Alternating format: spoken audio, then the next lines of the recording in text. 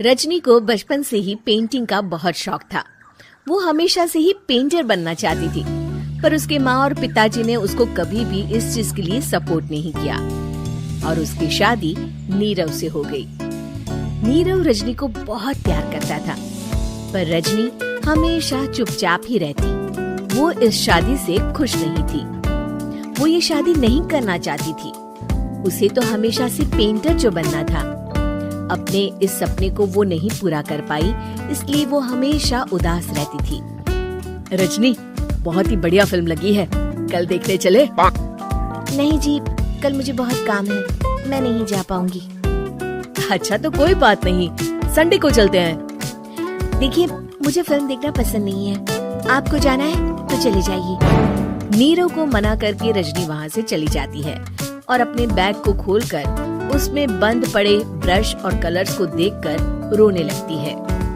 रजनी, चलो ना कहीं बाहर खाने चलते हैं, कुछ तुम्हारी पसंद का। जी, मुझे नहीं जाना, मेरी तबीयत ठीक नहीं है। रजनी वहाँ से चली जाती है। नीरव को समझ नहीं आता कि रजनी उससे इतना दूर क्यों रहती है। वो जब भी उसके साथ वक्त बिताना चाहता है, रजनी कोई ना कोई बहाना बना देती है। एक दिन घर पर कोई नहीं था।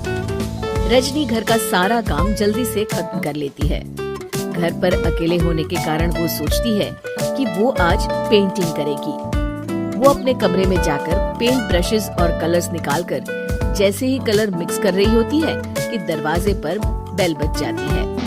अब कौन आ गया इस वक्त? इतनी मुश्किल से तो मुझे पेंट करने का मौका मिला है। रजनी दरवाजा खोलती है तो उसकी सास अपनी सहेलियों के साथ खड़ी होती है और सब घर के अंदर आ जाते हैं।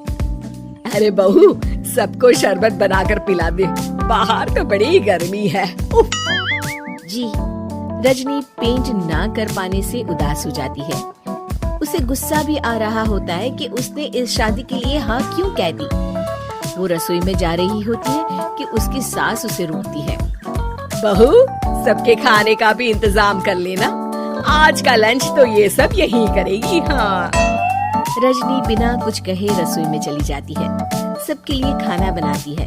सब खाना खाते हैं और रजनी घड़ी देखती है कि ये सब कब जाएंगे ताकि वो अपनी पेंटिंग कर सके। जब शाम होती है तब सब चले जाते हैं अपने घर। अरे बहू, सब तेरे खाने की तो बहुत तारीफ कर रहे थे, सबको बहुत अच्छा लगा खाना।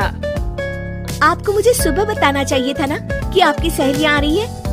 पता भी है कितना वक्त लगा सारा खाना बनाने में। अरे बहू, तू ऐसे कैसे बात कर रही है मुझसे? तो और कैसे बात करूं? मैं इस घर की कोई नौकरानी नहीं हूँ कि इतना काम करूंगी। रजनी अपने कमरे में जाकर दरवाजा बंद कर लेती है। शाम को जब नीरव आता है तो उसकी माँ उसे पूरी घटना के बारे में बताती है।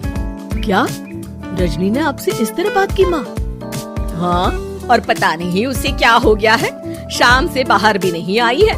मैंने तो कई बार आवाज दी, खाना भी नहीं खाया उसने। तू ही बात करके देख ले बेटा। नीरव अपने कमरे का दरवाजा खटखटाता है। रजनी, दरवाजा खोलो, मैं हूँ।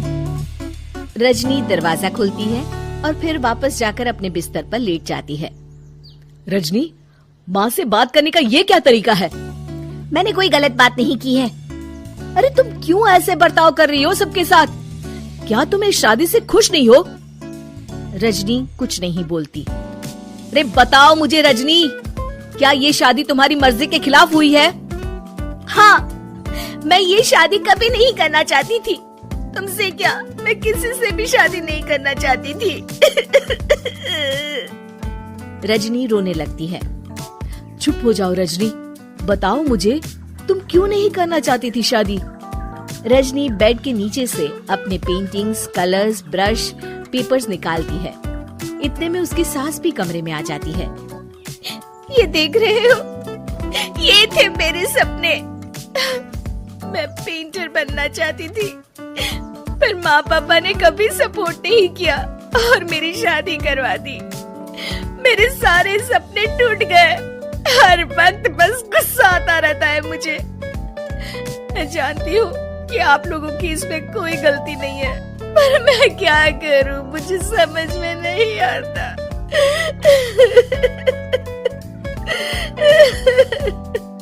रजनी फूट फूट कर रोने लगती है। मुझे माफ कर दीजिए, आप दोनों के साथ मैं बहुत बुरा बर्ताव कर रही हूँ। अरे रजनी बेटा चुप हो जाओ तुम। नीरव पानी लेकर आता है। ये लो पानी पियो और शांत हो जाओ। रजनी पानी पीती है और उसकी सास पेंटिंग्स देख रही होती है। अरे नीरव, हमें तो पता ही नहीं था कि हमारी बहू कलाकार है। अरे कितनी अच्छी पेंटिंग्स बनाई है, देखो तो। ये वाली तो मैं अपने कमरे में ले जाऊंगी। आपको ये पेंटिंग्स अच्छी लगी? अच्छी नहीं, बहुत अच्छी लगी। और तुमने हमें बताया क्यों नहीं? तुम जब चाहे पेंटिंग कर सकती हो रजनी। हम तुम्हारे सपनों को पूरा करने में तुम्हारा पूरा साथ देंगे। हाँ बेटा, हम कला की कद्र करते हैं। हम कलाकार तो नहीं, पर मुझे गर्व है कि मेरी बहू एक कलाकार है। रजनी, नीरव और सास तीनों हंस पड़ते हैं।